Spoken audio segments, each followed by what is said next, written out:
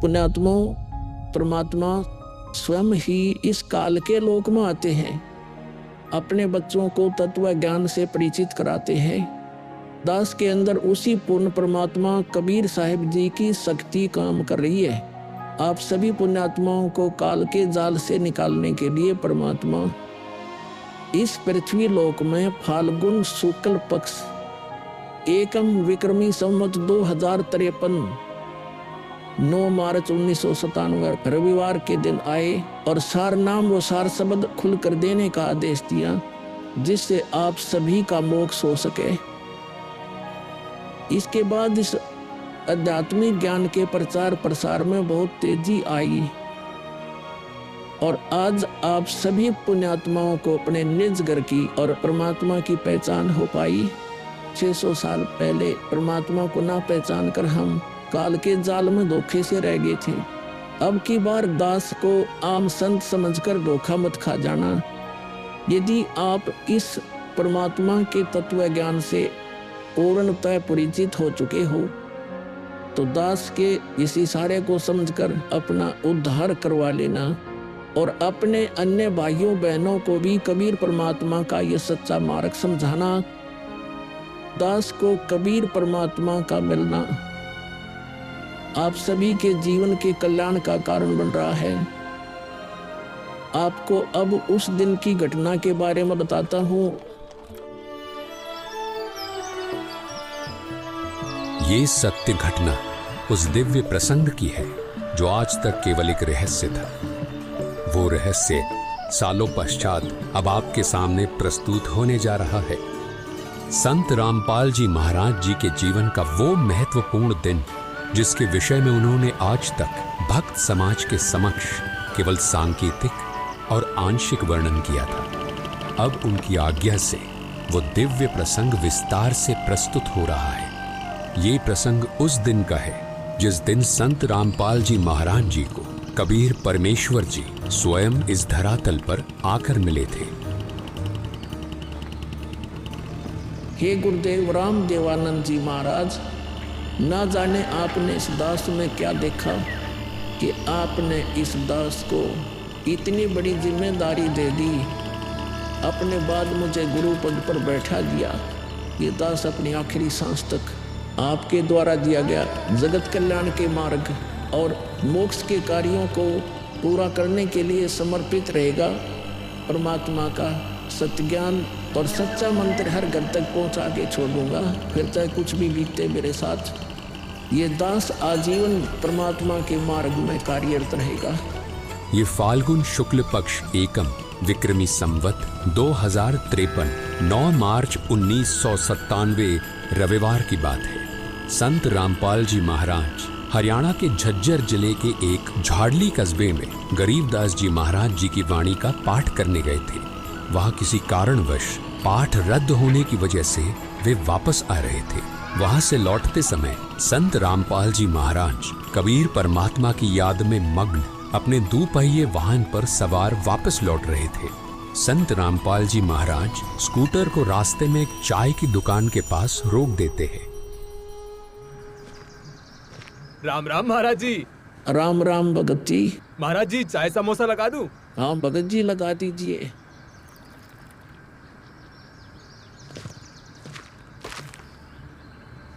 इस भोले भगत को भी परमात्मा का तत्व ज्ञान समझाना चाहिए। भगत जी, कबीर परमात्मा की भक्ति करनी चाहिए। मनुष्य जीवन हमें सिर्फ इसीलिए मिलता है। मानुष जन्म दुर्लभ है ये नलन बोरे, जैसे तरवर से पत्ता टूट गिरे वो बोर न लगता डोरी। भगत जी, इस काल लोक का कोई भरोसा नहीं है, न जाने कब किस पर क्या बिजली गिर जाए। इसलिए कहता हूँ आपको कि कबीर परमात्मा से जुड़ जाओ, नाम दीक्षा लेकर अपना कल्याण करवा लो। वो कबीर परमात्मा यह भी आपकी और आपके परिवार की रक्षा करेगा और मृत्यु के बाद सीधा मोक्ष को प्राप्त कर जाओगे। ठीक कहते हो महाराज जी। ये कबीर परमात्मा ऐसे गंदे लोक में जहां आदमी की जिंदगी का पल का भरोसा नहीं, व्यक्ति यहाँ जी कैसे रहा है, ना जाने कब क्या हो जाए, कब कौन सी बीमारी हो जाए, कब दुर्घटना हो जाए, कब कोई संसारिक आपदा आ जाए। दाता, आपकी भक्ति के बिना यहाँ किसी को ना सुख मिल सकता है और न ही मोक्ष। ये बात ये बोले जीव कब समझेंगे? आखिर ये अज्ञान अंधेरा कब दूर होगा दाता? आप ही दया करेंगे कबीर परमेश्वर। ये बोले जीव तो अपना जीवन आपकी भक्ति के बिना व्यर्थ ही कर रहे हैं।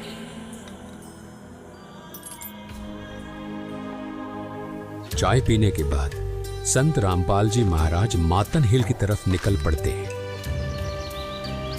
बिन उपदेश अचंभ है, क्यों जीवत है प्राण, और भक्ति बिना काठोर है, ये नर नहीं पाषाण। आगे चलकर संत रामपाल जी महाराज स्कूटर को एक पुलिये के पास रोक देते हैं। इस पुलिये की खास बात ये थी कि संत रामपाल जी महाराज जी ने इस पुलिये को सिंचाई विभाग में जूनियर इंजीनियर रहते हुए स्वयं बनाया था।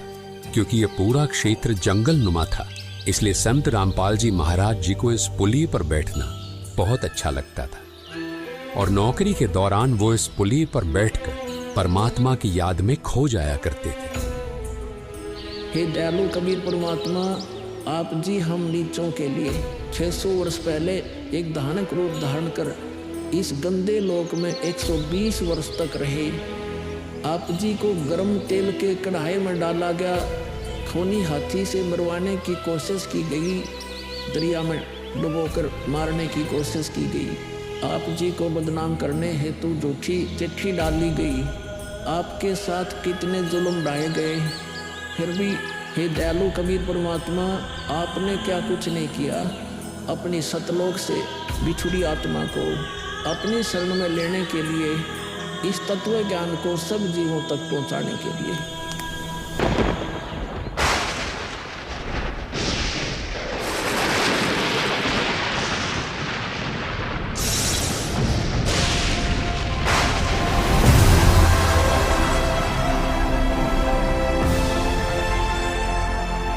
साहेब कबीर आजा आत्मा तोए पुकारती, तेरे हाथ में चाबी हो सतगुरु सतलोक द्वार की।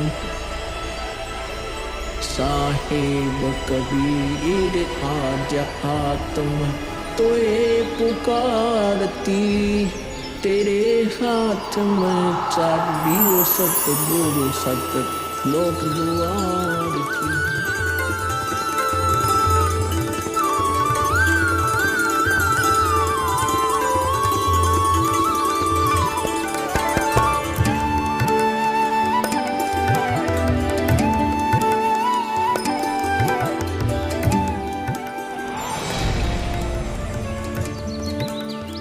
राम राम भगत जी। राम राम। आओ भगत जी बैठिए, खड़े क्यों हो? संत रामपाल जी महाराज अपने परने को पुलिया की दीवार पर बिछा देते हैं और महात्मा जी से बैठने का आग्रह करते हैं। कहाँ से आए हो बेटा, क्या करते हो? भगत जी, वैसे तो मेरा गांव धनाना है, जिला सोनीपत में पड़ता है। अब एक छोटा सा मकान बनाकर रोहतक में रहता हूँ। जूनियर इंजीनियर था, लेकिन अब नौकरी छोड़ दी है। बेटा, तेरे धनाना और रोहतक वाले घर के बारे में तो मैं अच्छी तरह से जानता हूँ और यह भी जानता हूँ कि तेरे 2 पुत्र और 2 पुत्री हैं। मैं तो यह पूछ रहा था कि इस जन्म से पहले तेरा घर कहाँ था? अरे, इन महात्मा जी को मेरे बारे में इतना कैसे पता है? महात्मा जी, जन्म से पहले हम सतलोक में थे, वही हमारा घर था। लगता है ये भगत जी राधा स्वामी पंथ के अनुयायी हैं। इनको सत्य का ज्ञान कराना चाहिए। मेरे गुरुजी स्वामी रामदेवानंद जी हैं। मेरे भगवान कबीर देव जी सृष्टि के रचनहार हैं, वही सतपुरुष है। कुछ पंथ वाले सतलोक के विषय में तो बताते हैं, लेकिन वे सतपुरुष को निराकार बताते हैं, जो कि बिल्कुल झूठ है। भक्त जी, मैं स्वयं संत गरीबदास जी के पंथ से जुड़ा हूँ। संत गरीबदास जी गांव छुड़ानी जिला झज्जर वाले थे और उनको 10 वर्ष की उम्र में कबीर परमात्मा जी जिंदा महात्मा के रूप में मिले थे। उसके बाद कबीर परमात्मा जी गरीबदास जी की आत्मा को अपने साथ सतलोक ले गए थे और वहाँ की सारी व्यवस्था दिखाकर उन्हें इस धरती पर वापस छोड़ा था। फिर उन्हीं बालक गरीबदास ने सतलोक के बारे में बताया कि ऊपर सतलोक है, वहाँ सारी सुख सुविधा उपलब्ध हैं, सदाबहार बाग हैं, नर नारी की सृष्टि है। वहीं पर एक गुम्मट युक्त महल में कबीर परमात्मा जी सिंहासन पर बैठे हुए हैं और वहीं से कबीर परमात्मा जी इस सृष्टि को चला रहे हैं। हम सब वहीं रहा करते थे, वही हमने जाना है। जो सतलोक में केवल प्रकाश ही प्रकाश बताते हैं उनका ज्ञान गलत है, वे मोक्ष प्राप्त नहीं कर सकते। भक्त जी उस बालक गरीबदास ने वाणियों के माध्यम से बताया है कि गरीब अनंत कोटि ब्रह्मांड का एक रति नहीं भार, सतगुरु पुरुष कबीर हैं कुल के सिरजनहार। कौन कबीर? हम सुल्तानी नानक तारे दादू को उपदेश दिया, जाति जुलाहा भेद नहीं पाया, काशी माहे कबीर हुआ। बहुत आनंदित करने वाली बातें करते हो, और बताओ कुछ। इन्हें अपना ज्ञान अधूरा लग रहा है, हो सकता है ये नाम दीक्षा लेकर परमात्मा से जुड़ जाए। भक्त जी अगर आपको अपना कल्याण करवाना है तो एक ही तरीका है, नाम दीक्षा। मेरे पूज्य गुरु जी ने मुझे नाम दीक्षा देने का आदेश दे रखा है। मैंने अपना घर और नौकरी छोड़ दी है, अब गुरुदेव जी की ही आज्ञा अनुसार प्रचार और दीक्षा देने का पवित्र कार्य कर रहा हूँ। बेटा, क्या तुम्हारे गुरु जी ने तुम्हें सारनाम और सार शब्द देने का भी आदेश दिया है? इन्हें कैसे पता सारनाम सार शब्द के बारे में? गुरुदेव की आज्ञा थी कि अभी सारनाम को सार्वजनिक नहीं करना है। उन्होंने कहा था कि मुझे स्वयं परमेश्वर कबीर जी मिलेंगे और वही मुझे सारनाम को सार्वजनिक करने का सही समय बताएंगे। तब तक यह सारनाम केवल विशेष विश्वास पात्र अनुयायियों तक सीमित रखना है। बेटा रामपाल, मैं ही सत्य पुरुष कबीर हूँ। अब वह समय आ गया है सारनाम और सार शब्द प्रदान करने का। वह भक्त जी, मैंने आपको बता दिया कि कबीर परमेश्वर मुझसे मिलने आएंगे, तो आप स्वयं ही कबीर परमेश्वर बन बैठे। मैंने अपने गुरु जी से पूछा था कि हे गुरुदेव, मैं कैसे पहचानूंगा जो मुझे मिलेंगे कि वे कबीर भगवान हैं। गुरु जी स्वामी राम देवानंद जी बोले, यह विश्वास करवाना व पहचान करवाना उनका काम है। तभी तो मैं बता रहा हूँ, मैं ही सत्य पुरुष कबीर हूँ। कबीर परमेश्वर जी सबको जिंदा बाबा के वेश में मिले हैं, आप तो जिंदा बाबा वाले वेश में नहीं हो। जिंदा महात्मा तो मुसलमान साधु होते हैं। मुसलमान धर्म तो अभी 1500 साल पहले ही बना है। मेरा असली वेश तो यही है जिस रूप में मैं तुम्हारे सामने खड़ा हूँ। रामपाल, तुम मेरी परम हंस आत्मा हो। जगत कल्याण के लिए मैंने ही तुझे भेजा है। अब सही समय आ गया है सार नाम और सार शब्द देने का। मैं कभी सिर पर मुकुट, कभी पगड़ी, कभी टोपी धारण कर लेता हूँ। चारों युगों में आता हूँ। सतयुग में सत सुकृत नाम से, त्रेता युग में मुनींद्र नाम से, द्वापर युग में करुणामय नाम से और कलयुग में अपने वास्तविक नाम कबीर देव यानी कबीर नाम से आता हूँ और तेरे जैसी हंस आत्माओं से मिलकर उनका भ्रम दूर करता हूँ। लेकिन अगर तुझे केवल जिंदा महात्मा के रूप में विश्वास है तो मैं तुझे अपना वो रूप भी दिखा देता हूँ। ये देख।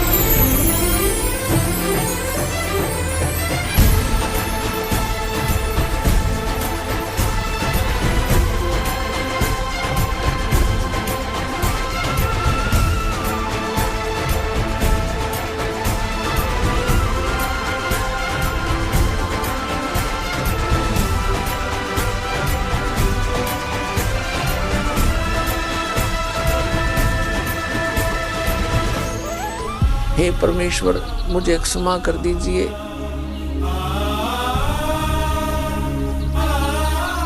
मुझसे अनजाने में गलती होगी।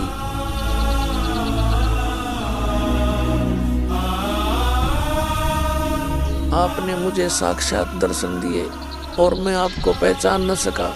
मुझे क्षमा कर दीजिए परमपिता। बेटा रामपाल, अब वो समय आ गया है जो मैंने धर्मदास को कहा था कि कलयुग बीते 5500 पांचा, तब यह वचन मेरा होगा साचा। यानी जब कलयुग 5505 वर्ष बीत जाएगा, तब मैं खुद इस धरातल पर आऊंगा और अपने बच्चों को तत्व ज्ञान समझाकर इस काल लोक से सतलोक ले जाऊंगा। बेटा रामपाल, तुम मेरी परमहंस आत्मा हो। अब इसके आगे बेटा, मैं ही तेरे रूप में सारी लीला करूंगा और यह तत्व ज्ञान अपने बच्चों को बताऊंगा, उन्हें सतलोक की राह दिखाऊंगा।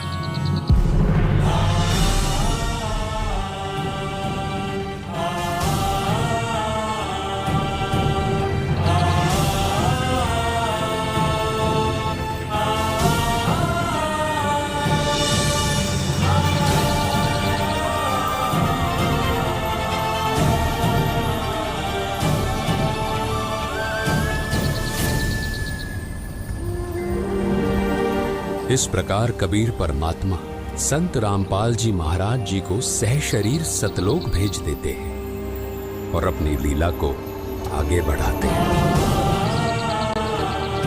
गगी ख्यालवी साल सतगुरु अतल दिगंबर धीर भक्ति हेत काया धर आए अवगत सहत कबीर। भक्ति हेत काया धर आए अवगत सहत कबीर। अमर करूं सतलोक पठाऊं तात बंदी छोड़ कहाऊं।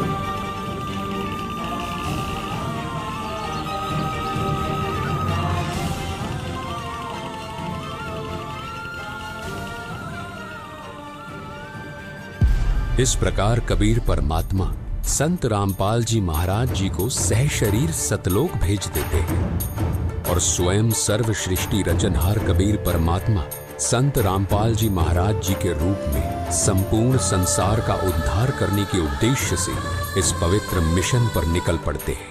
संत रामपाल जी महाराज जी के रूप में कबीर परमात्मा स्वयं को छिपाए हुए हैं। उनके इस लीला को समझना आम जीव की समझ से बहुत दूर है। एक संत के स्वरूप में परमात्मा के अभिनय की ये अद्भुत सच्चाई भक्त समाज के लिए जानना बहुत जरूरी था। साक्षात कबीर परमात्मा के स्वरूप बंधी छोड़ सद्गुरु रामपाल जी भगवान की जय हो। अब बच्चों, ज्ञान पूरा आ चुका है और वो ठीक का समय आ गया है। गुरु पूरा, ज्ञान पूरा, भगवान पूरा, सब ही नारी नर शुद्ध तक। जब ठीक का दिन आवंत, कपट चातुरी छोड़ के शरण कबीर गहनत। बच्चों, वो ठीक का दिन आ गया। चारों तरफ डंका बोल गया दाता का। कहाँ उग्र, कहाँ शूद्र हो, चाहे कोई नकम्मा डाकू लटेरा है, चाहे कोई छोटी जाति समझते हो आपको, अरे सबकी भाव पीर परमात्मा वो संत जो मेरा भेजा होगा, भेजा हुआ आएगा, वो सबके दुख दूर करेगा। अरे सबकी भाव पीर, सो समान समदृष्टि है समृत संत कबीर। वो एक समान समदृष्टि का है, सबको एक दृष्टि से एक समान प्यार देगा, सबको एक जैसा व्यवहार देगा, एक जैसा सच्चा नाम सतनाम सार शब्द देगा। वो समर्थ सत कबीर ही होगा। बोलो बंदी छोड़ कबीर साहब की जय हो।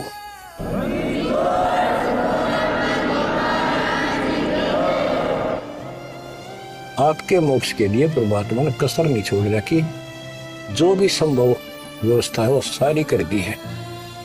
बच्चों, तुम भी दया करियो, रहम करियो परम पिता पे। बच्चों, आने वाली पीढ़ियां आपको भी याद करा करेंगी। जब तक चांद सूरज रहेंगे आपका नाम रहेगा कि हमारे कौन माता पिता, कौन दादा परदादा दादी इसे अमृत ज्ञान को हमारे कुल में लाए थे। आने वाली पीढ़ियों के उद्धार के लिए तुम जिम्मेवार हो, कुर्बान हो जाओ। पहचान लो उस परम पिता को और पहचान लो अपने गुरुदेव को। परमात्मा आपको मोक्ष दे, आपको सद्बुद्धि देकर रखे, आपको भगवान की याद बनी रहे, सतलोक याद रहे, काल का कष्ट भी याद रहे। यहाँ भी सुखी रहो, सतलोक में सदा सुखी हो जाए। ये दास का आशीर्वाद है। सत साहिब।